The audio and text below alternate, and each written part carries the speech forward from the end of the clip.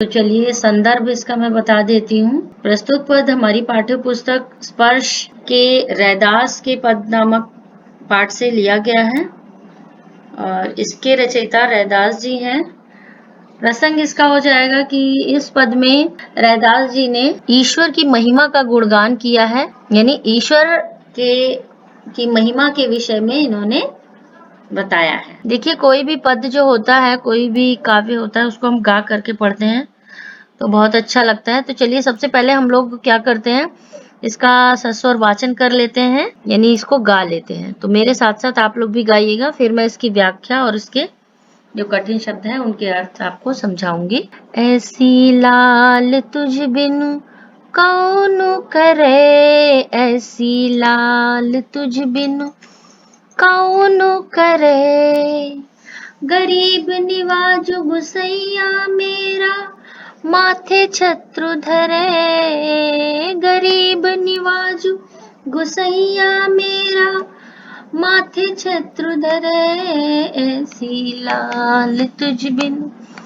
कौन करे, ऐसी लाल तुझ बिनु कौन करे, जाकी छोटी जगत को लागे तापर तू ही डरे, ऐसी लाल तुझ बिनु कौन करे, ऐसी लाल तुझ बिनु कौन करे, नीच ऊंच करे मेरा गोविंद काहू ते न डरे, ऐसी लाल तुझ बिनु कौन करे, ऐसी लाल तुझ बिनु कौन करे, नामदेव कबीर तिलोचनु सधना सैनु तरे, ऐसी लाल तुझ बिनु कौन करे, कही रविदास सुनहु रे संतहु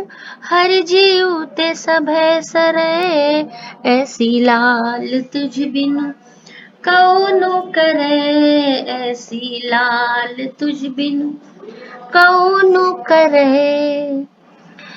यहाँ पर ईश्वर का गुणगान करते हुए संत रैदास जी लिख रहे हैं कि ऐसी लाल तुझ बिनु कौन करे। लाल मतलब स्वामी ईश्वर दाता, आपकी कृपा के बिना सब कुछ असंभव है, यानी कुछ भी संभव नहीं है। तुम्हारे बिना मेरे ऊपर ऐसी कृपा कौन कर सकता है। गरीब निवाजू, निवाजू मतलब दया रखने वाला, मुझे जैसे गरीब पर रैदास जी कह रहे हैं कि मुझे जैसे गरीब के ऊपर तुम ही दया करने वाले हो। देखिए साथ साथ मैं शब्दार्थ भी आपको समझाते जा रही हूँ। तो लाल का मतलब मैंने बता दिया था। गरीब निवाजू, निवाजू मतलब दया रखने वाला, जाकी छोटी जगत कऊ लागे तापर तू ही ढरे, छोटी छुआछूत, छोटी का मतलब छुआछूत होता है, यानी कि इस संसार में कवि कह रहा है, कवि रैदास जी कह रहे हैं कि इस संसार में जो भी छुआछूत को मानते हैं या भी जो अछूत प्राणी हैं उन पर भी तुमने कृपा करके उनको अछूत से छूने वाला बना दिया है।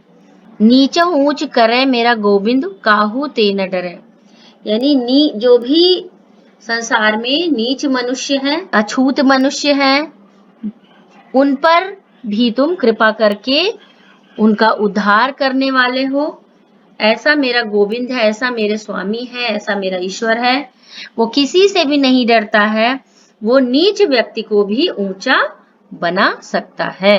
नामदेव कबीर तिलोचनु सधना सैनु तरे, नामदेव एक प्रसिद्ध संत थे महाराष्ट्र के, कबीरदास ये भी संत थे, त्रिलोचन ये सारे संतों के नाम हैं, ये भी एक वैष्णव संत थे। त्रिलोचन, सधना ये भी एक संत थे, सैनु ये भी रामानंद के समकालीन एक संत थे।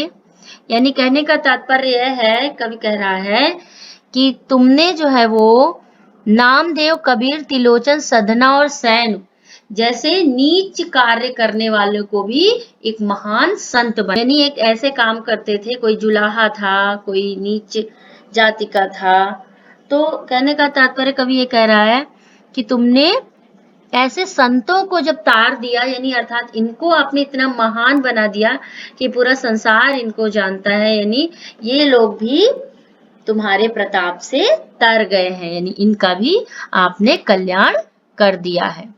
कई रविदास सुनहुरे संतहु हरि जीव ते सब है सरे। रविदास जी कह रहे हैं कि हे व्यक्तियों, हे सज्जन मनुष्यों, संतों मतलब हे संतों, हे सज्जन पुरुषों, मेरी बात को ध्यान से सुनो कि ईश्वर ही सभी को तारने वाला है।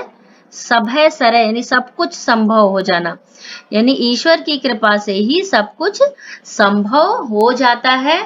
इसीलिए आप सब भी ईश्वर का ध्यान करो।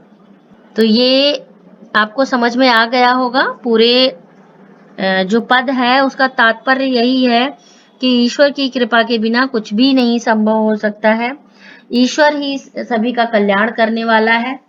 तो रविदास जी यही कह रहे हैं कि हम सबको भी ईश्वर का ही ध्यान करना चाहिए। पहला पद है, उसका लिंक भी मैंने डिस्क्रिप्शन बॉक्स में दे दिया है, आप लोग वहां से इसकी व्याख्या